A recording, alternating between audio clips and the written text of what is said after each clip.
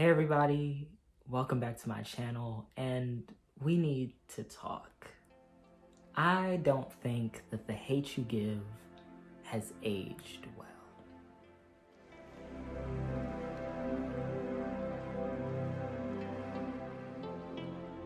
So before you click off of my channel and you're like, wow, he hit 1,000 subscribers and he just lost it. This has been something that I've been thinking about for a very long time. And I say this with the utmost respect for Angie Thomas as an author, and with a ton of respect for what The Hate U Give did, not only for the literary community and the book industry, but also for the national conversation surrounding police brutality.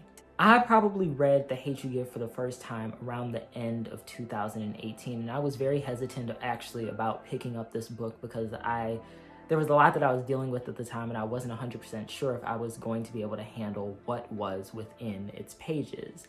But I ended up picking it up, and by the end of the book, I was in tears, and I recommended it to everybody that I knew.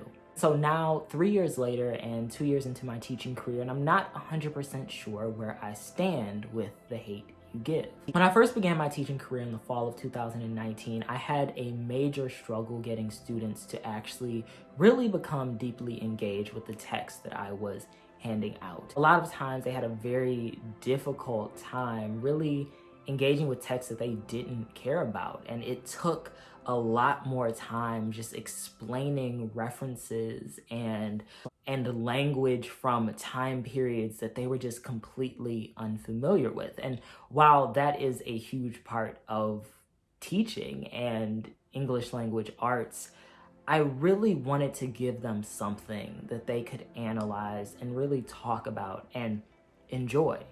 So when I introduced The Hate U Give, I saw an immediate change. Students that were barely participating, barely showing up to class, were now showing up just to be able to get a chance to read this book. They were volunteering to read in class, they were answering questions, they were starting discussions of their own. And so about halfway through the novel, the COVID-19 pandemic hit, and of course, we were sent home for virtual learning. And even with virtual learning, students were still extremely engaged. They were participating in the online discussions that I was having, and they were answering questions, and they were also listening to the recordings that I did of each chapter and posted on SoundCloud. This is something that I truly do have to give The Hate U Give. It was a youth phenomenon. Returning back to school in the fall, I just knew that I had to start out the year with this novel. But something was different. After a summer of police violence, racism, and protests, this time around, it really didn't hit the same. Some of the dialogue in the book really made me cringe. The characters and their conversations just didn't make as much sense. And I just felt some type of way about the novel overall. I honestly ended up spending a lot of time bringing in outside resources just to make the conversations just a little bit more relevant, because it just didn't feel like it fit in 2021. One of the biggest drivers of this novel was emotions. It tugged at your heartstrings, pleading with you to see the humanity in Khalil, beyond the fact that he was a drug dealer.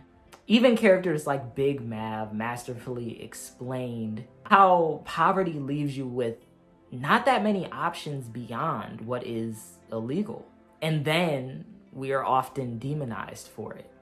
But then we get Uncle Carlos, the black cop who just wants to help out his community.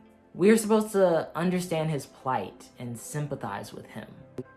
And then by the end of the novel, we're just supposed to completely forget that he willfully participates in a system that actively brutalizes black bodies. And all because he reveals that he likes hot sauce on his eggs. I spent the summer going to protests, and watching protests replay down my timeline. And in all of this, I witnessed Black cops standing idly while their peers brutalized protesters. And some even defended the actions of their comrades. But even those who did not, if you're not speaking out, you're complacent. And at the end of the day, there is no reforming, only defunding and abolishing. And 2021 is a year where I can honestly say that my politics have evolved. In the present day, we see abolishing the police and prisons as something to look towards, not sympathizing with cops and demonizing protesters, which honestly was done for a good portion of the end of this novel. You get these stark depictions of a neighborhood completely torn apart and vandalized by protesters, completely unprovoked. Stores being looted, people carrying flat screen TVs. But honestly, if you have been to any of the protests during the summer, you know that that is not the case. I stood on the sidewalk at a protest earlier this year as an officer rode past on a horse and just pepper sprayed every single protester that was on the sidewalk, including me. My brother called me in a panic this summer while dousing his face with milk after a whole sea of peaceful protesters were tear gassed in Columbus, Ohio. And even beyond this, the looting narrative is tired. James Baldwin said it the best in an interview with Esquire magazine. Who is looting whom? On television, you always see Black hands reaching in, you know? And so the American public concludes that these savages are trying to steal everything from us. And no one has seriously tried to get to where the trouble is. After all, you're accusing a captive population who has been robbed of everything, of looting. There are many other YA novels that have come out since The Hate You Give was released that provide a better foundation for discussing police brutality critically.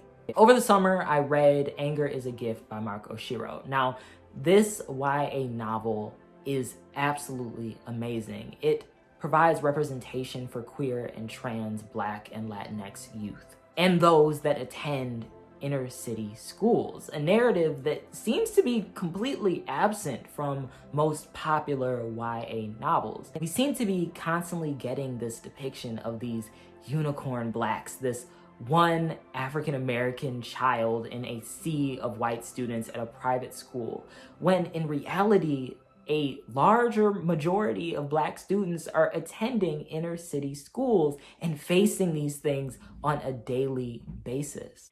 This novel shows the way that Black and brown kids are seen as a threat even when attending school. Anger is a Gift raises the issue of policing in schools, something that certain populations have honestly never really experienced. However, I grew up having to walk into my elementary school every day through a metal detector, my bag going through an airport style scanner and being waved down with a wand just to make sure that me and my peers in 4th and 5th grade, to make sure we didn't have anything on us. And it never really clicked just how wrong that was until very recently.